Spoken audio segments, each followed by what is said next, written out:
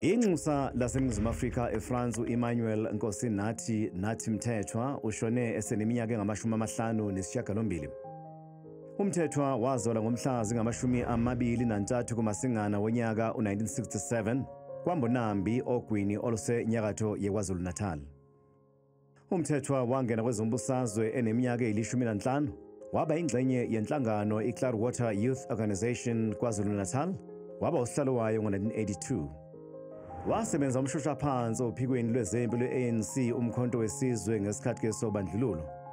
Waboshwa ngesikhathi uhulumeni wangaleso sikhathi ushaya umthetho wesimo esibucayi okwakufanele kubhekane naso ngokushesha i-state of emergency ngo-1989. Ngaleso sikhathi wakhuphukela ey'nhlakeni zeqembu i-ANC, waphatha isikhundla sokuba-ke ngusihlalo wegatsha le-ANC eCloudwater ukusuka ngo-1990 kuya ku-1992. Waba yilungu lesigungu esiphezulu se-ANC phakathi kuka-1990 no-2001. Njengoba iy'mpande zakhe zijule kumongo womphakathi nobushoshovu, uMthethwa wenyukela phezulu ey'khundleni ezimqoka ukusuka kwesukuba ngusotswebhu omkhulu we-ANC ngo-2008 waba ngungqongqoshe wezokuphepha nokuvikeleka ukusuka ngo-2008 kuya ku-2009.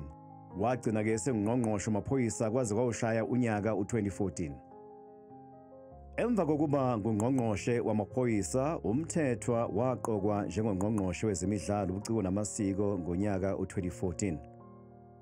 uMthethwa waqokwa njengenxusa laseNingizimu Afrika eFrance ngoNhlolanja ka-2024, ilapho-ke asebenzisa khona ikhono lakhe lokwakha nokuqinisa amaxhama okuhwebelana namasiko phakathi kweFrance neNingizimu Afrika. Ube kulesi sikhundla isikhathi esingangonyaka nezinyanga eziyisishiyagalombili ngaphambi kokuba-ke adlule emhlabeni. Newzroom Africa, izindaba zethu, imbono yethu.